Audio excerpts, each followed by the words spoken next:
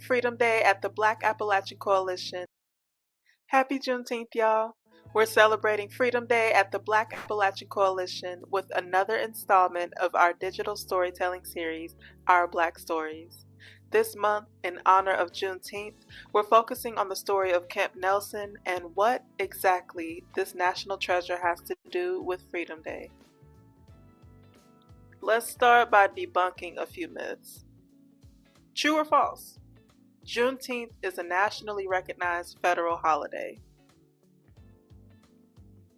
True. As of 2021, June 19th is honored as a national holiday in the United States, exactly 900 days after Lincoln proclaimed the enslaved to be free. Union soldiers emancipated the last of the enslaved African Americans in the Confederate South in Galveston, Texas on June 19, 1865. Since we know a thing or two about community, and since none of us are free until we're all free, we honor and celebrate June 19th as Juneteenth, aka Freedom Day. True or false? The Emancipation Proclamation was a heartfelt declaration of freedom driven by a sense of moral decency and a grand appeal to humanity and fairness. If you answered true, well, bless your heart, because it's in the right place. The answer is actually false. The Emancipation Proclamation was a war strategy. At first, Abraham Lincoln's main goal was just to keep the country together. At one point, he even said if he could save the Union without freeing anyone, he would. But war is complicated, and as the Civil War went on, Lincoln started to see that freeing the enslaved could actually help the Union win. I mean, think about it. It would weaken the South by taking away their workforce. It's true that Lincoln always felt slavery was wrong, but morality wasn't his deciding factor. He had to figure out the right time to do it and the right way to end it. Folks were pushing him from all sides, some wanting immediate freedom for the enslaved, others worried about those on the fence states that still had slavery and might retaliate by switching sides. There were even people in the North who supported the war, but not necessarily ending slavery, as they were indirect beneficiaries of slave labor. True or false? All of the enslaved people were issued freedom at the same time. False again. The Emancipation Proclamation of 1863 was such a big deal because it was successfully tactical in that it only freed enslaved African Americans in the states that were fighting against the Union, so predominantly Confederate states, Southern states. This intentional choice avoided offending the slaveholders in the border states that were still loyal to the Union. Let's run that back for the people in the back. The Emancipation Proclamation didn't automatically free all of the enslaved people of the United States. It was a strategic move that only freed the enslaved people in southern states, which means that border states were excluded from this declaration of freedom. Kentucky is one of those Civil War border states, which is a state that landed smack dab in the middle of the Confederacy's southern border and the Union's northern border.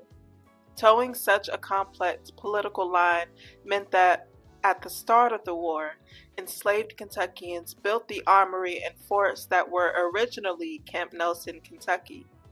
Later down the road, when enslaved men were permitted to join the army, some having freed themselves by escaping, the very same men who built Camp Nelson from the ground up turned around and trained and lived and enlisted to fight through Camp Nelson. If you haven't heard about Camp Nelson, Kentucky, and you live anywhere in or near Kentucky, please visit this national monument. It doubles as a national cemetery, and honestly, it tells such a powerful American story and an even more powerful Black Appalachian story.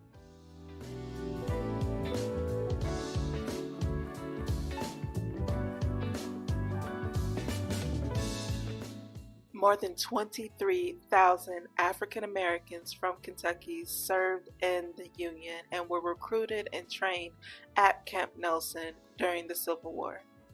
It was this key spot during the Civil War where African Americans who had been enslaved, along with their families, found refuge and where many black soldiers were actually recruited and trained. What makes it so relevant today is that it really connects with everything we're still talking about as a country: racial justice, racial injustice, civil rights, and dealing with the very real impact of slavery, which is still technically legal according to the 13th Amendment. By the end of the Civil War, more than 23,000 African Americans had joined the Union Army in Kentucky, making it the second largest contributor of United States colored troops of any state. More than 10,000 of these troops enlisted or were trained at Camp Nelson. 8 United States colored troops regiments were founded at Camp Nelson, and 5 other such regiments were stationed there during the war. In more ways than one, Camp Nelson served as the epicenter of emancipation for Kentucky, maybe even for all of Appalachia. True or false? There are multiple Freedom Days celebrated in the United States. True. Among other factors, actualizing freedom was delayed because 1, there was a literal active war going down, and 2, because of the politics and complexities of border states. Even though Lincoln issued the Emancipation Proclamation on January 1st, 1863, freedom wasn't actualized for several enslaved people until much later. Borderlands like Kentucky and some areas of Tennessee weren't really emancipated until August 8th, 1865. My hometown of Asheville, North Carolina, saw their Freedom Day just a few months before the famous Galveston, Texas. On April 26, after taking the city, a branch of the Union Army led Asheville's newly freed black folks down what is now Biltmore Avenue and left the mountains of North Carolina to find safer terrain. Even supposedly emancipated states like Ohio have a complex history in terms of their Freedom Day. Hi, my name is Tiana Smith, a Toledo resident, and I'm here to talk Freedom Day Toledo. This is a short excerpt of struggle, resilience, and the unyielding pursuit of justice right here in my own city. Toledo's journey toward freedom began in the 1800s. Back then, this region was a critical stop on the Underground Railroad. Brave freedom seekers passed through this very land, aided by courageous citizens like Elijah Woodruff, an East Toledo resident who risked everything to help enslaved people escape to freedom in Canada. Though their actions were quiet, their impact was revolutionary. Fast forward to the 60s, Toledo, like so many American cities, was caught in the storm of civil unrest. In July of 1967, the city witnessed days of uprising as people demanded justice, equality, and a better future. There weren't just riots, there were cries from the city for recognition, dignity, and real change. And going into the 2000s, the struggle continued. In 2005, a neo-Nazi march sparked protests and unrest that reminded us how much work was and still is needed to protect our communities from hate and division.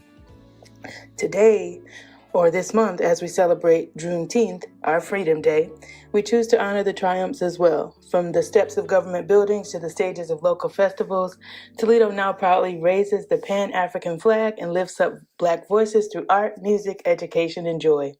Freedom isn't just a date, it's a journey, and Toledo's journey reflects our nation's full of hardship, courage, and hope. So as we enjoy celebrations this month, this week, let's remember, we walk on a ground once tread by those who risked everything for liberty.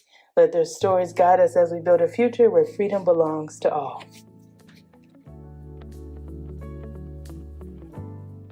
There's this inaccurate, romanticized notion that the Emancipation Proclamation was solely a heartfelt, morally just, bleeding heart gesture that yielded immediate results.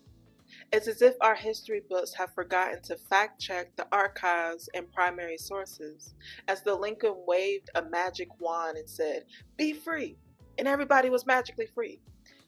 We know it all too well that freedom is much, much more complicated than that. A part of striving towards freedom is acknowledging our history, what our ancestors, our foremothers, and our forefathers survived and outmaneuvered for us.